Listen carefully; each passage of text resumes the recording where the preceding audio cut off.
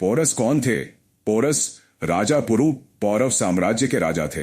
वे बहादुर, निडर और अपनी भूमि की रक्षा के लिए समर्पित शासक थे। उनकी सेना में हाथी, घोड़े और पैदल सैनिक शामिल थे। युद्ध का कारण सिकंदर ने भारत में अपने साम्राज्य का विस्तार करने के लिए पोरस से आत्मसमर्पण की मांग की, लेकिन पोरस ने गर्व से इनकार कर दिया और अपनी भूमि की रक्षा के लिए युद्ध का ऐलान कर दिया। झेलम का युद्ध। यह युद्ध झेलम नदी के पास हुआ।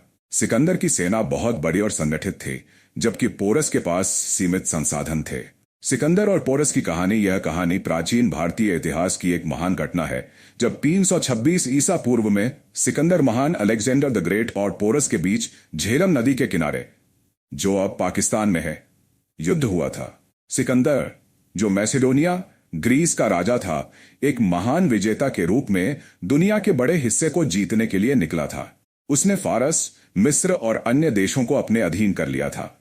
जब सिकंदर की सेना भारत के उत्तर पश्चिमी क्षेत्र में पहुंची, तो उसका सामना पोरस से हुआ। युद्ध बेहद भयंकर था। सिकंदर की रणनीति और सेना की ताकत ने अंततः युद्ध का रुख बदल दिया और पोरस हार गए। पोरस की वीरता और सम्मान। हालांकि पोरस हार गए, लेकिन उनकी बहादुरी ने सिकंदर को प्रभावित किया।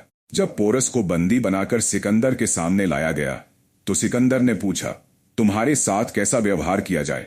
पोरस ने गर्व से उत्तर दिया, जैसा एक राजा दूसरे राजा के साथ करता है।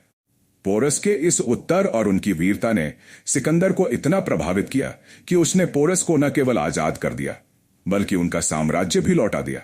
सिकंदर ने पोरस को मित्रता का प्रस्ताव दिया, जिसे पोरस ने स्वीकार कर लिया। इस कहानी की शिक्षा।